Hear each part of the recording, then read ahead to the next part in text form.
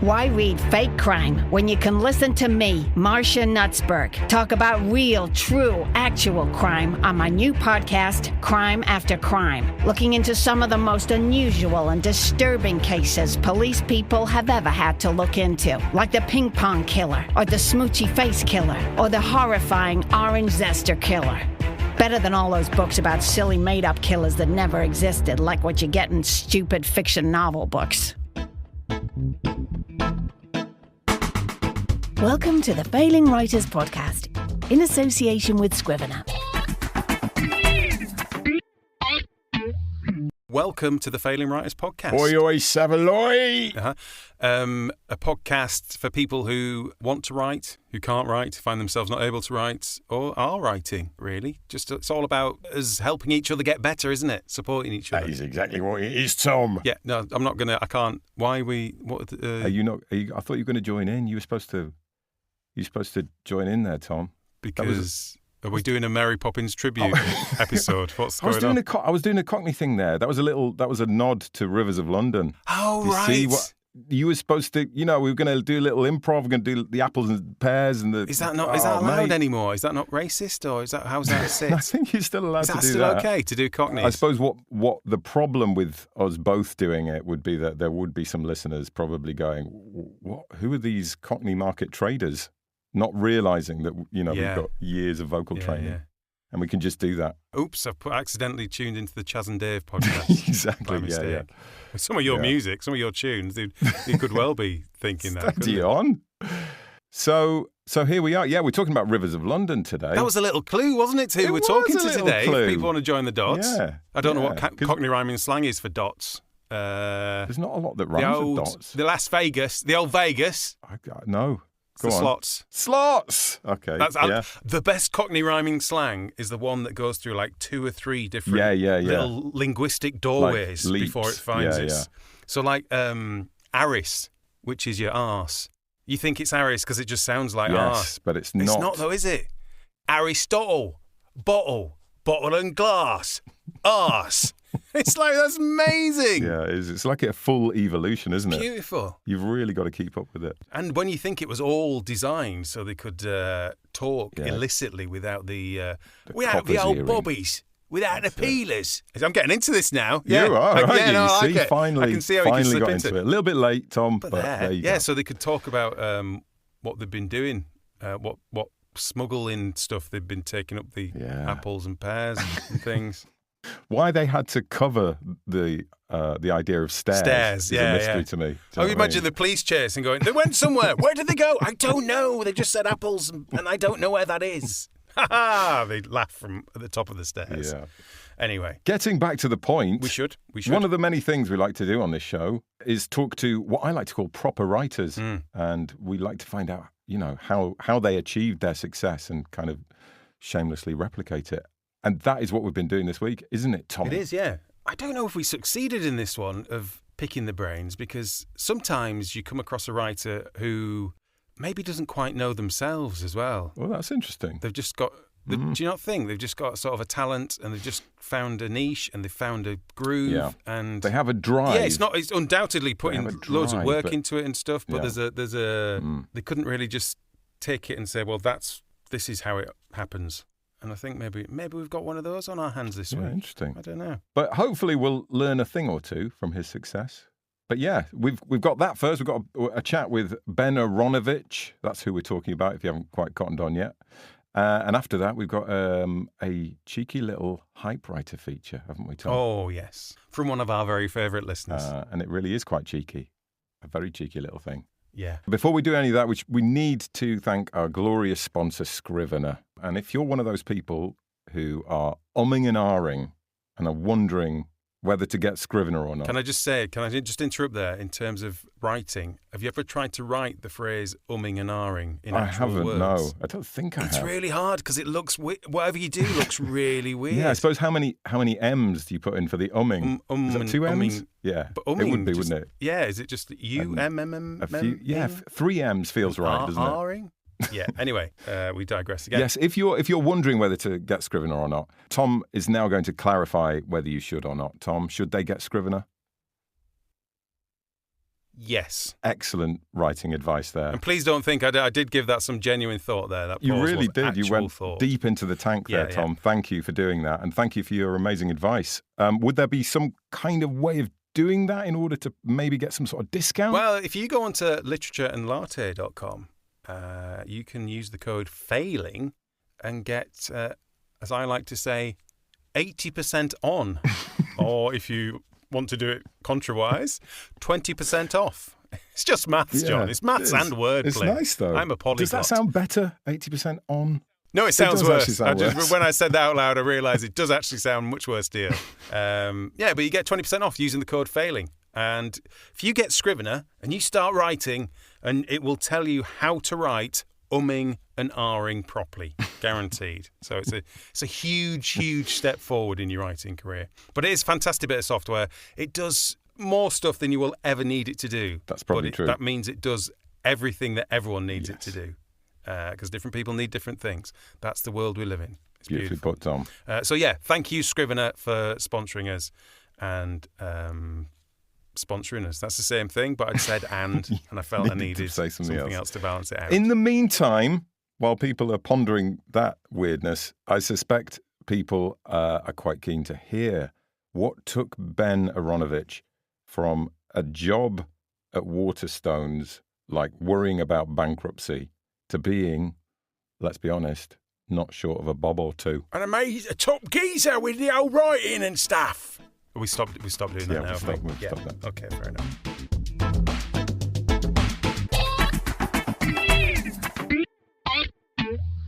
Ben Aaronovitch, thank you so much for coming on the Failing Writers podcast. I imagine when you're as successful as you are, is it quite fun to talk about failing? Because the threat's a lot further away, isn't it, than it used to be? You got more to lose. That's true. Not thought of it like that. I mean, all authors have a sort of career trajectory. You go up, and then you go down, right? The question is to minimize the amount of down you do before you drop dead, basically. In that I have the advantage in that I became only really successful in my 40s, which unlike a lot of writers who are successful in their late 20s, early 30s, I don't have to worry about that difficult middle period. I've had that difficult middle period. It was difficult. Thank you. I'm glad I'm never going to do that again. Yeah, that's true. And actually, you've already experienced the other side of it. Yes. At the beginning of your career. So I've been a frustrated writer. I did get 30 years of being a frustrated writer. So I just wake up every morning kind of like, yes, suckers. So when you were being a frustrated writer in those early years, what sort of things were you writing? Well, I wasn't doing a lot of writing because as a frustrated writer, of course, I had to go out and earn a crust. Yeah. And being a very slow writer, that meant not a lot of stuff got written. I thought I was a script writer for a very long time. Right. And I had a little bit of evidence that this might be the case, but it turned out, no, I wasn't. And so therefore I didn't make any money. And then I went, I think I'll write books. And then I was hugely successful, which just goes to show you can spend 30 years fucking about. Doing the wrong thing and then suddenly find out you should have been doing that. Yeah, I should have been doing that. I should have just been doing that because there's far fewer people involved in writing novels than there are in television. Yeah. It means you don't have to deal with people. Yeah, which is always a massive plus. I feel like you're being a tiny bit disingenuous there, Ben, because you famously began your career, obviously, writing for Doctor Who. That's a pretty good starting point. Yeah, but that's what gave me the impression I was actually a scriptwriter, which was a full starting point. I see. See, I didn't have what you have to have. Sort of more of a killer instinct to be a television writer. You have to be ruthless and unpleasant and generally malicious and have to do an awful lot of sucking up. Right. So I kind of like I'm just not. I would suck up. I'm just too lazy and socially inept to do it properly, and so therefore, it's a very difficult profession. Unless of course you're a nepo baby, in which case you just kind of. Well, that helps. But if you're not a nepo baby, then it's actually quite a difficult profession, and writing novels is much easier. Yeah. How old were you at that point when you were writing for TV? 24. I was actually younger than the show I was writing for, which is something that not a lot of non-soap writers can say. Yeah. What was Doctor Who like then? Was it cheap? Has it become uncool and just a bit of a? No, I wrote for it before it was fashionable. I always say that. People say you wrote for Doctor Who. Okay, yeah, but only before it was fashionable. I wrote for it when it was an anti-credit. When you would walk into a room full of producers and writers and say Doctor Who, and people would actually start to move away from you. quite extraordinary. Is that part of the reason? Because obviously you were writing that, in like the late 80s, early 90s? Late 80s. Yeah. And you must have felt like, oh man, I got my foot in the door now. This is it. This is my career's taking off. It takes you about 10 years to find out you haven't. By which time you're broke and have to go and work for a bookshop. Yeah, but what happened? People stopped asking you to write scripts, or there's no information. Right. You just don't get any work. You go do a lot of meetings, a lot of pitching. You just don't get no paid work. Occasionally, you just get like that hint of a possibility of maybe a bit of paid work just to string you along for a bit, and then that's it. I don't really like talking about it. I know this is the failing writer. That's just depressing. So, what got you out of that? Let's talk about the other end of it. So you hadn't written for quite a long time. Were you writing stuff? Because I know you were working at Waterstones, weren't you? Yeah. For quite a long period.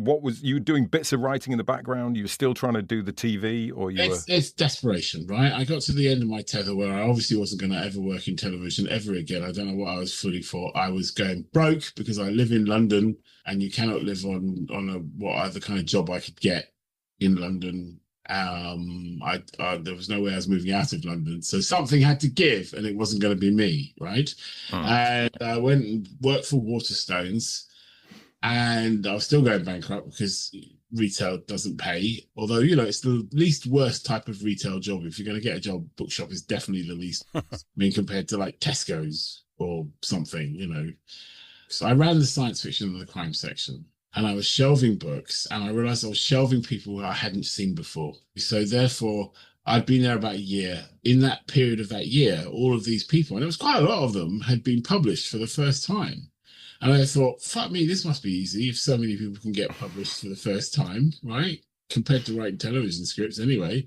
I mean, I'd already written a couple of novels, tie-in novels. So I was familiar with the form. Yeah. I didn't go into this like a lot of people who go, I shall write a novel, right, when they're 20. I had advantages of a good accumulated 30 years of writing experience, plus also life experience. Yeah. And I poked around in my head for various ideas, because you kind of like end up with an attic full of mad ideas in your head.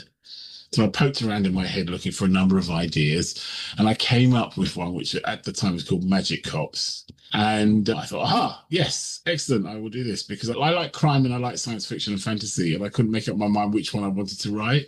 So rather than write two books, I write one that does both, and then I won't have to make a decision. This is a theme of my life, by the way. So I sat down and I basically wrote the first 4 pages, which is the first 4 pages of the first book.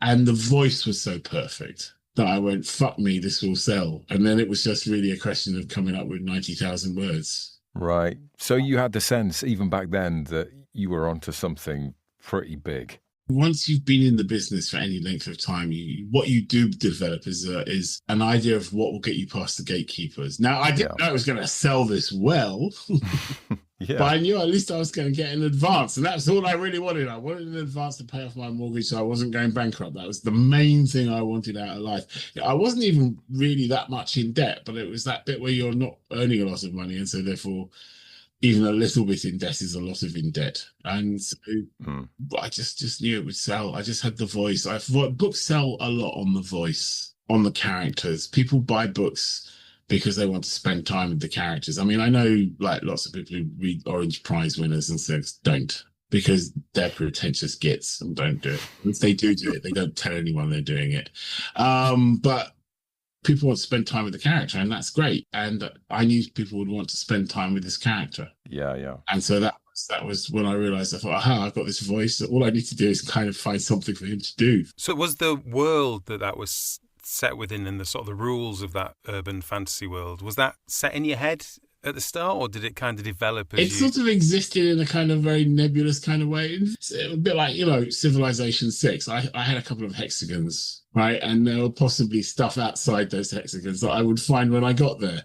I mean, I knew what I wanted. I wanted to do a fantasy where the masquerade was not so much in place as just kind of flopping about. And I wanted to do a real world thing, and I wanted it to be the real world part to be very realistic, and the fantasy to be, and part of the magic to be very, very kind of formalistic, kind of Ars Magica kind of magic. But I really just made a lot of it up as I went along. That's one of my favourite features of Rivers of London, is how you thread London's real history through the books. There's something really enjoyable about the factual history of real places in this make-believe world. But that presumably takes quite a lot of research.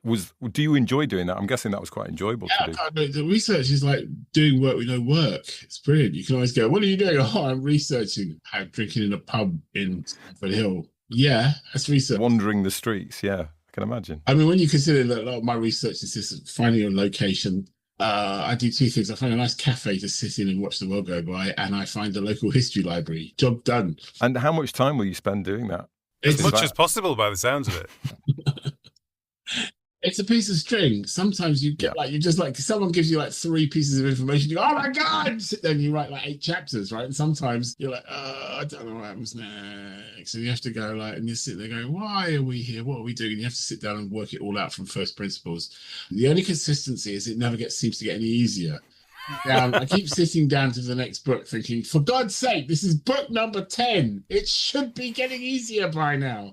And no, the first couple of chapters is always like, pulling teeth. And then there's always that bit in the middle where you're going, I don't know if this is any good. And then there's like the horrendous moment of self-doubt at about the 2/3 stage. And then there's that wonderful feeling you get when you know you're going to freaking finish it, possibly quite close to your deadline, although in my case, never the right side of the deadline. And you go rushing down the hill like you're running down the hill because there's a pub at the bottom. It's like, So are you literally doing every book at a time then? You've not got the ideas for the next 4 laid out, or? What happens is your freaking brain tries to trick you, right? So you're about halfway through this one book and your brain will go, ooh, I've just thought of what the next book's about. And you go, yeah, very good. Let's be worried about this book. And it goes, no, this is brilliant. Listen. I got this really good stuff and it will be brilliant. And because it's not been written, it's beautiful. Yeah. Right, because it has been untainted by, impact of reality at any point. And what you have to do is you have to shut that. You just have to make notes and shut it out of your mind as much as possible. You never get any work done. Same goes for side projects. Like, my brain has been going, oh, but there's this space opera. Shut up! Do you get asked to do much of that kind of thing? What, space opera? Not specifically space operas, but just like commissions for things. Not anymore, because 1, I now have a couple of gatekeepers of my own who tell people to piss off. And 2, people have got used to the fact that it takes me so long to do anything. I was going to say that, yeah. No one asks anymore because there's a deadline involved. There's like, can we have this done by now? I'm like, no. Yeah. Not really. I might write you a short story in about 10 years, if that's okay. Seems reasonable. Let's get on to your latest book in the series, which is out imminently. When is it out, by the way? So it's out now. Buy it. Buy 3 versions. It's right. You've got the audio version, so you can listen to Cobner. You've got the Kindle version, so you can read it on the train. And the hardback, because let's be honest, it looks good on a shelf. And these look very handsome books. So Love that. Hard sell. So what, you just felt like you weren't happy with 9 novels and 5 novellas? It never occurred to me to stop. I love this thing where people go, how many books are you planning to write? I'm planning to write them until people stop buying. Okay? Yeah, I don't blame you. You've done a very good job of building a world that actually could just keep expanding outwards. It's not like the Song of Ice and Fire, which, although that never seems to end either, but it's not an epic. There's no kind of like thing I'm working towards. Yeah. So therefore, it's basically a detective series, which means you have your detective and then you have your murder and then you solve the murder, bish, bash, bosh, next book, right? And all the other stuff is just the sort of scaffolding that goes around that format. And so therefore, it basically go on forever. I haven't run out of ideas. That's one of my nightmares. I wake up in the morning in a cold sweat thinking, oh shit, what if I've run out of ideas? And then the other thing is I'm still writing them, people still want to read them. I've noticed that you are creeping further north. Only because, people kept on moaning. Is that what it was? Was it the Northerners getting on your tits? Oh, God, no, everywhere. I guarantee I'm going on tour, right? And everywhere I will go, everyone will go, when are you going to set a book in Newcastle? When are you going to set a book in Stroppy-on-Tyne? You've made the mistake of starting to set them outside London, you said. No, it's good to get outside London. Okay? It's good to take your character out of their comfort zone. Yeah. And, and also what happens is like in two occasions I've been led astray by other authors. So Phil Rickman introduced me to Herefordshire when he was alive. I liked his books and I just thought, oh, Herefordshire. No one occurred to me to go to Herefordshire except for Phil Rickman. And then Stuart McBride, who writes the Logan and McRae and Steele books, they were so good. I just had to go to Aberdeen. I mean, there are other reasons for going to Aberdeen. It's a very interesting city, but I wouldn't have really thought about it if I hadn't read the books. But it's quite a small city. It's very compact, but it's got that kind of city feel. But it's an ancient city made out of granite that's had a fuck ton of money dropped in it on high because of the oil industry. So it's a fascinating city. I mean, it's full of weird contradictions and exciting kind of history and weird folklore. I mean, how could I not write about it, really? So I'm guessing you had a little trip to Aberdeen and spent a bit of time there. NNER gave me an entire seat to myself after a while because I was spending so much time on the bloody train. 7.5 hours it is from London. Jeez. Yeah. So Ben, tell us a bit about this latest instalment then. Well, it's your classic busman's holiday story where our hero goes on holiday and ends up doing their job while they're up there. And essentially, one of Dr. Wally's old Scottish friends, who's a retired doctor and also a fan of cryptids, has found evidence that there's a black cat running around, a big black cat, not just a little black cat, a big black cat running around in Aberdeenshire. Gets in contact with Dr. Wally, who goes, oh, that's kind of interesting. I think I'll come out and look at that and I can go see my family and all that kind of stuff. And Nightingale goes, oh, I haven't done any hunting for years, right? So he gets up and so he says, I'll take Abigail with me because Abigail can learn how to operate in the countryside, right? This will be good training, right? So they go Abigail and then Beverly goes, oh, let's go out for a holiday. I've never been to Scotland. That'll be fun, right? So they go up to Scotland because they've got the twins with them. His mother insists on coming.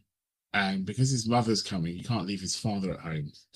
So his father has to go with them. And since he's up there... It's a proper busload by the end, yeah. Yeah, since he's up there, he might as well do some gigs, right? Because Aberdeen's got quite a good jazz scene, right? So he's got to do some gigs. And if he's going to go up there, then the band has to come with him. And if that's coming with him, then Zach Taylor, who is their new manager, has to go with them. And they all end up in Scotland. I mean, if there wasn't mayhem when they got there, which there was, there would have been mayhem after a while once they're there. And then, of course, there are foxes. And it pretty much wrote itself after that.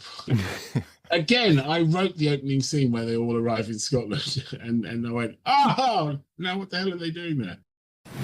Hey, Marcia Nutsberg here, dropping another huge pile of crime all over you. In my even newer true crime podcast, Primetime Crime, in which, having run out of crimes to podcast about, I go out into the streets to commit horrific crimes that I will then tell you all about on this podcast.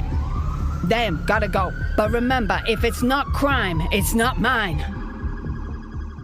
Do you do like the Comic Cons? I've done Comic Cons. I've never really understood why I was at them, but I'll go anywhere and talk to anyone. I'm not proud. I like talking to people. I'm an introvert. Like most writers, I am an introvert. Yeah. But I can fake it for long enough to talk to a few people, because I spend 90% of my time where I am right now. So spending 10% of it out talking to people is quite relaxing. And I like people. I'm not one of these writers who hates people. And I'm very grateful for their money. So, I feel... Yeah, absolutely. You got to have like a certain level of arrogance to be a writer. You have to think, I'm going to write 96,000 words and you're going to give me £14.99 to read them. Think about that for a second. £14.99. That's, that's, I don't know, half a decent meal in a good restaurant. No, it probably isn't anymore. Yeah, or 2 pints of lager in London. I think, I'm quite interested in like the deep psychological reasons for why we want to write. What do you think it is? What's your... I like telling stories. Simple as that. If I was singing, I'd be much more successful with women. So when it comes to writing, I was wondering if writing for TV has affected how you write novels as well. Do you have a kind of were you encouraged to have a kind of method for constructing stories, or have you just kind of wing it? Television is all about structure in that kind of way that means if you're really good at it, nobody knows you're doing it kind of way, right? So when I started writing novels, because I was experienced, because I'd already written 3 or 4 actual full-length books by that point, and because I'd written a lot of television, I didn't worry about structure. I kind of internalized the structure. So a lot of the mistakes that a lot of starting writers make, I didn't make because I'd already made them, and no one's ever going to see them, you see? Because it's all on books that have been pulped, apart from anything else. So, so I'd already gone through that initial arrogance phase where you think you can do anything you like because you're young and stupid, right? Which usually gets you through the first book. I have to say, it's a very important stage. But I'd already done that, so I was already at the stage where, when I presented my work to my agent, who became my agent, and then it went out to the thing, it was quite a clean manuscript, a much cleaner and structured manuscript than a lot of people would hand in. Yeah. When you are a 30-year overnight success, right, you've got a certain momentum when you get to the success bit. I mean, I still had the same problems as everyone else. I fucked up the second novel. I was like, I don't know what I'm doing. Oh, they like me. I got a bit bamboozled by the fact that I was successful. You go from you're very lucky we're even talking to you to Waterstones is building its autumn schedule around your book, right? So yeah, go from one to the other, right? With no appreciable kind of like guidance or anything. There's no fact that you can look up on, especially when I was doing this, like there's no podcasts, how to navigate that tricky second book kind of podcasts. I suspect there are now, but there weren't then. But I had a lot of experience and I had no choice. Also, desperation is quite useful in that case. So your first draft, do you mean that's fairly clean, or do you mean by the time you've handed My it to first an draft editor? is usually pretty much the draft that gets printed. Wow. I mean, it gets copy edited within an inch of its life. Yeah. And occasionally people go, this character's name changes halfway through the book and all that kind of. And occasionally, why do they go to the opera house? Which is now what I call it. Me and my friends call it when Ethan has to go to the opera house in order to rescue Leslie. And I knew he had to go there, so I just had him go to the opera house. And my friend went, why does he go to the opera house? And I went, to rescue Leslie. He said, but how does he know to go to the opera house? And I had to go back and rewrite that bit. And that now becomes our code amongst my little clique of writers for You Have Forgotten to put the connecting tissue in. And that happens towards the end of the book because, one, you're really desperate to finish the bloody thing, right? And two, you're so immersed in it that you just assume that everyone else knows everything that you do. You forget there's an audience. And with every book, do you write them slightly differently each time? Like you might come up with a location or a new character? That's partly the problem is that each one of them seems to have like a different set of annoyances. Including my characters in that. And what was the annoyance in the latest book? 7.5 hours going out to bloody Aberdeen. That's all good writing time, though, isn't it? I don't write on trains. Oh, don't you? No, I write here. Where you see me now, if I'm not here, I'm not writing. I can see behind you. Is that lots of plotting, or is that just what you're doing next week, or a shopping list? This is things to do. There is a bit of that's plotting, but you can't see. Good. Yeah, you keep that off camera. Very wise. Yeah. I mean, otherwise I'd have to wipe it off when I was doing these things. Ben, do you think you'll take a step ever to write a different series? Or... I have plans for other books, but I'm a very slow writer. Right.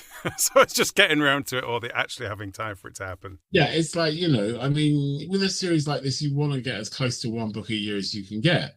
I do have another book, but it's hard to explain. It's not quite there yet. It's not cooked. Right, and then I have a lot of other books that my agent doesn't want me to write. Right. I've got a space opera and a YA murder mystery and called Ugly and Stupid Solve a Murder, and lots of other projects which I may get around to writing one day, or I may die without writing them. Who knows? Yeah, but the general vibe of those around you is don't let him get distracted doing other stuff. No, the general vibe of my agent is don't let him get distracted. Yeah. Everybody else is, why don't you write about this? They're bastards. And want to distract me because they're jealous. I remember reading probably a few years ago, maybe like 3 years ago or something, that the TV adaptation is quite imminent. And we've talked to enough writers to know just how difficult and convoluted the process is to try and get TV made. But is that any closer? What's the current word? It's been 10 years away for quite a long time now. Right. It's as close as it's ever been. I can say that. I mean, there are serious people actually spending money on it, but God knows if it isn't going to get made. Yeah. So if it's set in London, just shooting a street scene in London makes it 8 times more expensive than anything else. Yeah, imagine going down the West End, finding somewhere to put 2 articulated lorries. You can always tell when Marvel's filming something in London because like whole bits of London closed down and there's like stacks of trucks lined up on Hampstead Heath and things like that for 3 minutes of, a 3-minute scene. And what about the graphic novels of Rivers of London? Yeah. Because I know you have a writer that works with you. Are you working alongside each other? Are you kind of coming up with the idea and handing off? Or how does it work normally? We co-write some of them, and then we found that we were really crap at co-writing. So we came upon a system whereby whoever was the lead writer would do all the work, and then the other one would do all the editing, and then we'd swap around. So Andrew would edit me, and I would edit Andrew Cartmel. And of course, I was, as the sort of like the creator and the owner of the IP, I would say, that magic doesn't work that way, or that can't happen, or that's like, let's not do that, or no, not in a million years. And that's how it works. Because it's very story intensive graphic novels. They use up a lot of story for a very short thing. So I found I had to be quite careful. They're on a rest at the moment. Right. Until I've got this bloody book out of the way, apart from anything else. I got another book on the contract, so I want to see where I am next year. Whether there is a TV series, because that will make a difference, because they'll have an interest in a comic if there's a comic. But mostly I've got to that stage in my life where I've become very fixed. So I'm like, I think I'll write a book. Good idea. Let's do that. Do you find that easier? Is it just easier? Well, it's easier for me, obviously, because there's fewer people involved. The fewer people involved in your life, the better. Right? Well, creatively. I mean, there are lots of people who thrive, like actors and directors and theatrical people who thrive on creative push and pull. I'm not one of those. People think collaboration is the answer to a lot of problems, like how do I get out of doing all the work, right? But actually, collaboration is more, for me, it's harder work than actually just doing it yourself. Yeah, I think that's probably the case. It feels sometimes you're running along with the brake on a little bit. Yeah, because you're sitting there going, are they going to like this? Yeah, waiting for one, waiting for the other, and yeah. A novel, it's all about you. Well, I'm alone. I like to write my books alone. Well, I don't mind the gulf between myself and all those other people at home. Well, here's my confession. I don't want nobody telling me what to do. Well, that's why I chose this profession, so I could spend a little time away from you. But now it's been so long, I ain't seen a soul in years. Can't remember what y'all look like, or how to wipe away these lonely tears. When doing research, especially about people, you should always have as many people as you can find. That way you can get a nice rounded kind of approach to something. Yes, because everyone has a bit of a skewed view, don't they? Yeah, everyone has a skewed view, and especially, policemen are like farmers. They just constantly moan the whole time. Yeah. Right? That's just the way, and so do ambulance drivers. It's just one of those things. I think the emergency services, they just feel the need to moan constantly. Speaking of coppers, even in your first book, you seem to write about policing and the procedure of policing incredibly confidently. Where did that all come from? There's a lot of stuff available online, even back in sort of 2009. There was still lots of stuff online about policing. I mean, the whole Holmes manual, Home Office Major Inquiry System, has the user's manual is actually online. And Blackstone's published law for policing procedures, and there's lots of forums for people who, especially specials and PSCOs, who want to qualify to go into the police, and so therefore they discuss lots of little policing attitudes. And there's memoirs and things. What you've always got to remember is that nothing you see on television is true. It's all bollocks, right? They just don't act the way policemen act in TV. They just don't act like that. It's just that would just be boring, to be fair. It's not even boring. They don't shout. It's much more collegiate. It's much more about people coming in doing the job that they're supposed to do. but that's not very dramatic. It's not very dramatic. Like, I'll give you a really good example of this, right? You know the classic scene at the crime scene, right? And the DCI turns up and goes, right, I want you to do this, you do that, you do this, you do this, right? Blah, blah, blah, blah, blah, blah, blah. It doesn't happen because, one, the DCI doesn't go to the crime scene usually, right? Two, everyone turns up at a crime scene, they know what they're there for, right? There is already a house-to-house team. There is already a CCTV collection team.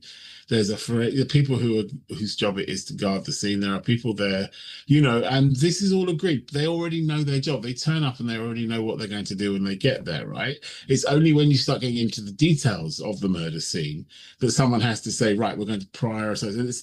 And really then the job of the DCI becomes resource allocation. It becomes like, how many people do we put on this? How many people do we put on that? Do we need to do this? And then it all goes into this meat grinder, which is the Holmes system, which has got like people in a room called the Inside Inquiry Office, sitting there in front of terminals, and they just feed information into it, and then it spews out correlations and things, and then people do what's known as an action. So things get actioned, right? You go off and do the action, and then the action is done, right? And it's like, that's how it works. It's like every other job, except occasionally someone tries to kill you or something, or you stumble over a dead body. But it would make a terrible novel as well, wouldn't it? If it was just all came out of the computer and people went, I've got to go and do this now. I do it by taking the piss out of it. Because that's the kind of personality he is. Like I said, the voice is what sells it. The voice sells that. I can get away with the police procedure. But in my particular case, the police procedure, the more realistic the police procedure feels, never mind whether it is or not, feels, the easier it is to sell the magic. Yeah. See, so the more that Peter actually knows which form he has to fill in, the more fun it is when he has to talk to a ghost. Yeah. That is the basis of the entire book, essentially. It's like that frisson between those two things. It is. It's the sublime and the ridiculous nudged up together. Yeah. I just love all that kind of stuff. I just love that kind of interface between things. The foxes, you think they're spies and stuff like that. It's just because you look at foxes, they look like spies. See them prowling around the streets of London. You think, what are you up to? Listen, Ben, it's been so nice chatting to you. Thanks for joining us. Thanks for your time, Ben. Right, thank you very much. It was lovely meeting you. Cheers. Thanks a lot. Bye. Fascinating.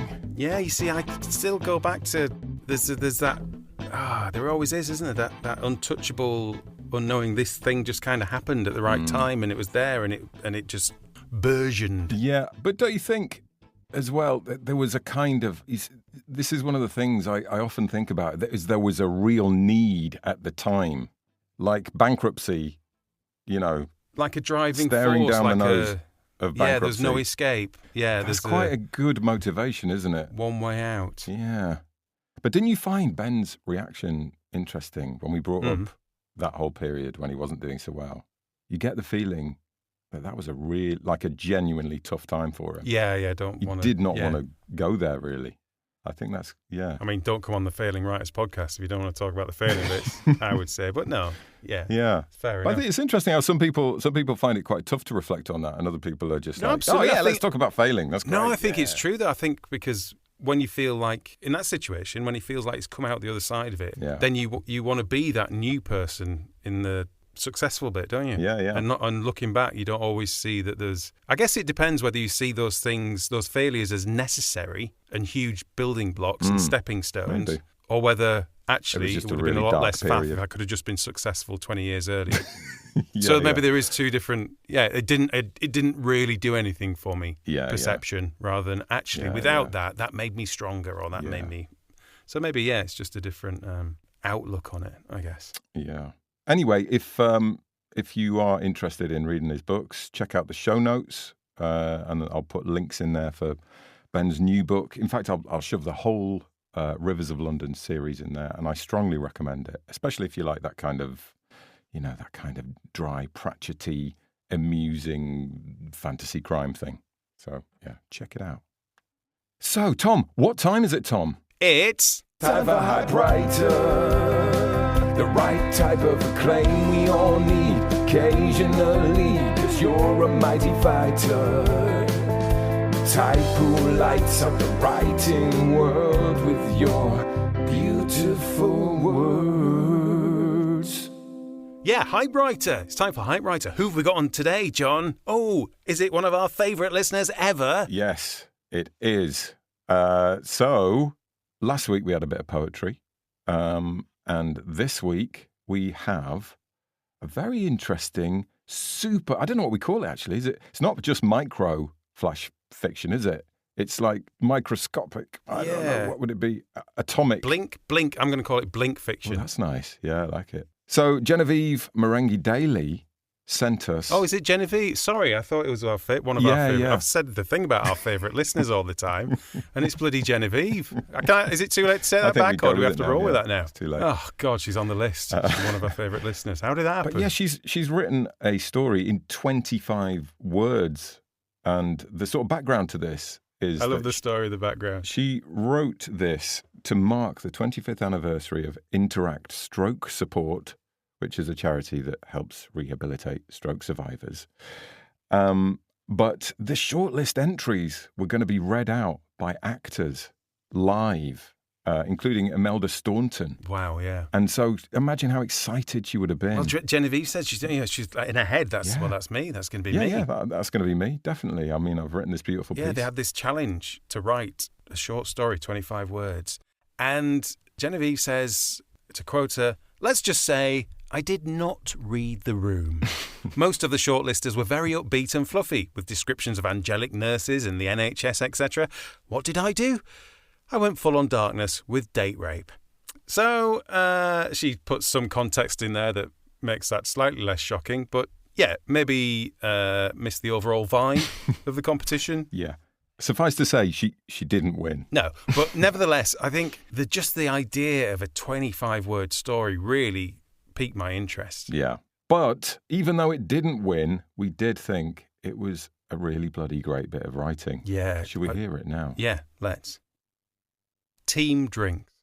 Coffee and paracetamol can't penetrate last night's void. Clawing for answers. The shower stings and, as a video is shared, her vomit chokes the plug hole. Clawing for answers. Visceral, isn't it? It is. What a great line that is. That does so much work, that line. It does like visual work. Do you know what I mean? It's like, you can sort of imagine her kind of clawing at her eyes or something. Just the world around her, just scrabbling around her memory. And that thing of like, what could I have done differently?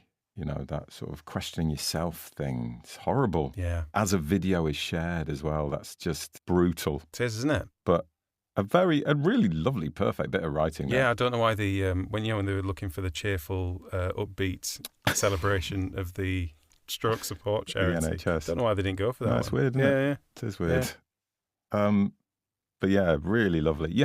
What's nice is you have to do a bit of inferring, but there's not a lot of doubt about what's gone on. Yeah. Like it's all there, isn't it?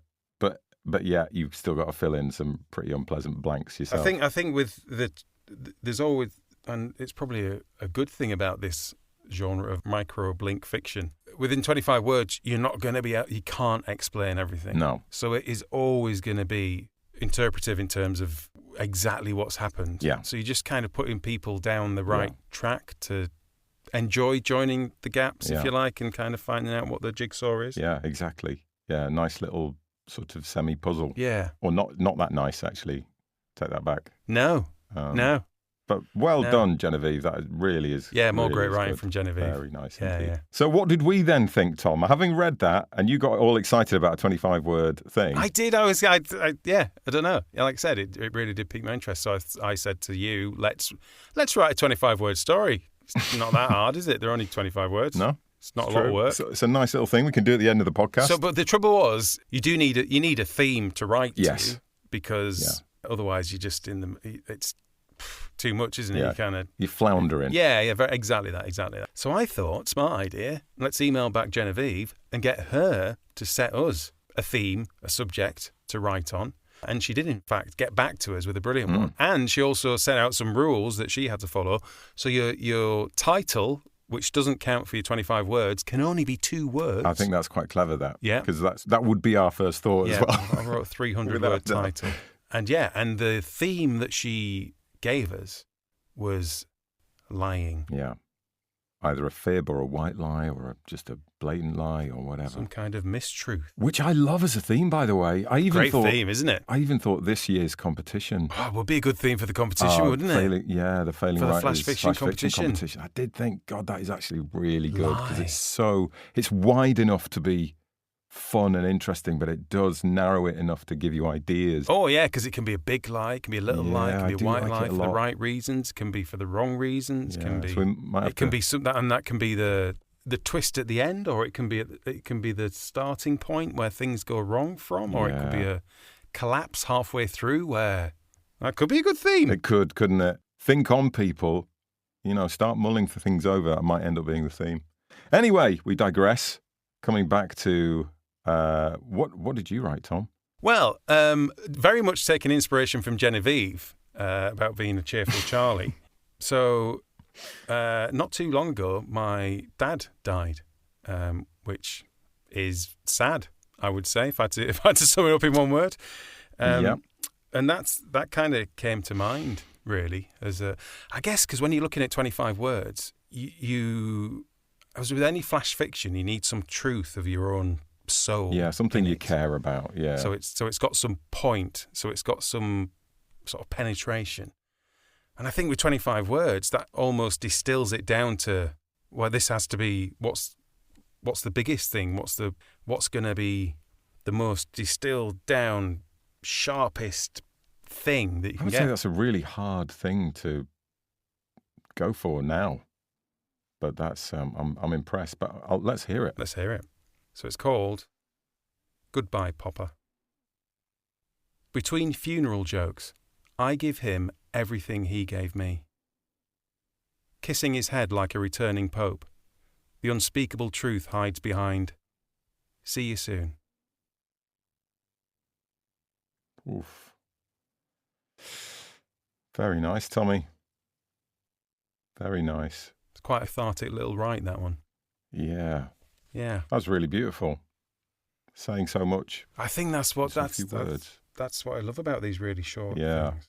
And you think, God, yeah, if you dig down into that, there is so many different little. Yeah. Hopefully, it kind of shows the funeral joke shows a little bit about what kind of person he was, and that he's funny and everything, and that we kind of had a laugh. And the idea that when you get to the end of your parents' lives, you're doing all the things for them that they had to do for you. Yeah. When you're a kid. And the reverence of the Pope thing is really nice. But this little figure over there. Yeah, and kind of the idea that you've reached, because he does that when he's reached a destination safely, and it's weird that that's kind of where you're at, even though neither of you, no one wants to admit that this is where we're heading. Beautiful. Yeah.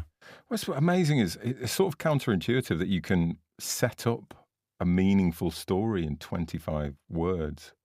Like, how are you supposed to see into the lives of those characters? It's just not enough. But actually, it's quite a powerful thing. It is if you then do the full English teacher, let's delve into this. Yeah. You could just pick it apart. You can build all these different things into it, can't you? Very nice.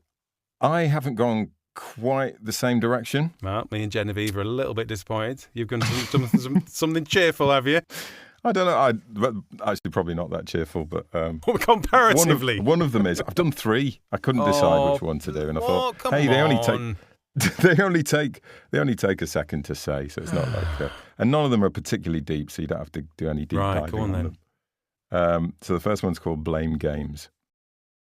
Donnie, what happened to the TV? The plump, blonde boy looked down at the broken glass, then slowly pointed his finger at his baby brother. Okay, yeah. That's the first one. Second one is called Blind Date. Young, wealthy, gym-loving, attractive male seeks hot young woman. Must have good sense of humour, full-time job, and poor eyesight. And then finally, the last one's called Freedom. At last, we're free of lies, cried the politician. The free press were gone. In the absence of truth, the notion of lying was meaningless. Oh, okay, we've gone full 1984. So you managed to distill an entire novel, basically, into 25 words. That's amazing. Yeah, man. You? Really? That's what I do. God. Very good. Oh, thanks, man. A little a mix. You've given a mix, like a smorgasbord. It was, wasn't it? But yeah, I enjoyed that. It's fun, isn't it? It's like when we do little different poetry things where you have to do it in a format or a certain way, and it's just restriction is a good thing. Nice.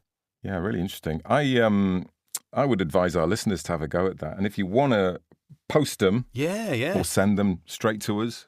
failingwriterspodcast@gmail.com. We would love to have a look at them. And maybe next episode we will share a few. Share a few of them. Yeah, absolutely. They're good fun. And maybe stick with that theme. It's a good theme. Because I can't think of any other right now. So, yeah. It's a good theme. It's a great thing. Maybe as a little warm-up to our flash fiction competition. Maybe. We'll have to wait and see. So, there you go.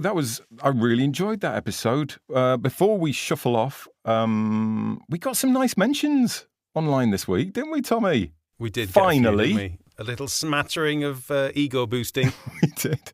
So thank you, everyone who sent us nice public messages of support. It really does mean a lot. So we need to draw out and see who wins the stunning array of merch and goodies. Yeah, Are you gonna use the what is now traditional the pocket lottery method? Yeah, because we did that the first time under the international regulations for such draws.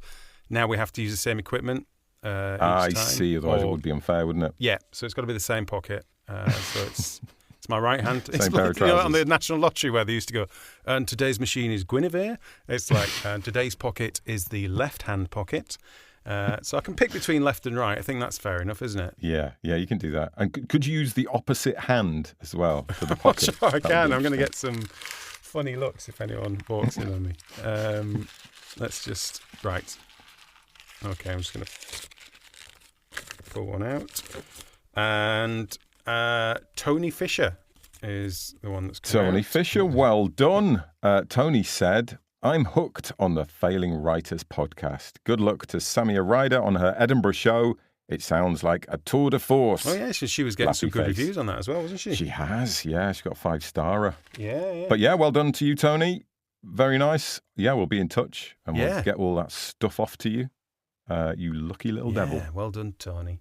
That's where being nice gets you, isn't it, you see? Exactly. More people should be more nice, and then they'd get things.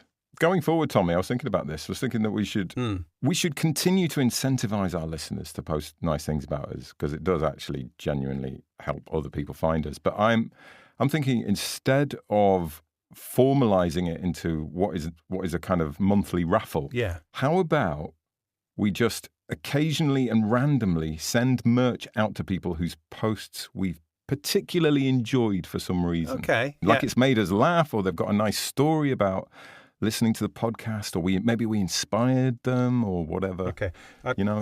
Maybe your review moved us to tears. Yeah. I get where you're coming from with that idea. My concern with it, where does this leave my pockets in terms of, are they just now high and dry, Tommy? They're just not needed. You're just going to have to use your pocket for something else. Oh. You have to. Sorry about that. Maybe we can reincorporate your pocket further down the line, some other feature. I would like that at some point. That'd be nice. But yeah, just any really, really high quality glazing that would deserve merch. If we send them like a T-shirt and a mug or something, could I put those in my pockets and then go to them and make them take them out my pockets for them to get them? Tom, try and forget about the whole pocket thing. Maybe we just move on from that. Yeah, I'm just thinking. I think people would like that if I went and said, "Put your hand in there, see what." Not I sure, might have Tom. a little not treat sure. for you. Is that all right? Why? I think we should just move on. Do you know what we should do? Get a job at the BBC doing that, couldn't I? we should say thank you to Scrivener one last time. Thank you very much, Scrivener. Yes, thank you, Scrivener. And we should bloody well skedaddle. Do you know what we should skedaddle like those cartoon characters when they run on the spot for a couple of seconds before they find purchase. Yeah. Bye. Out of here.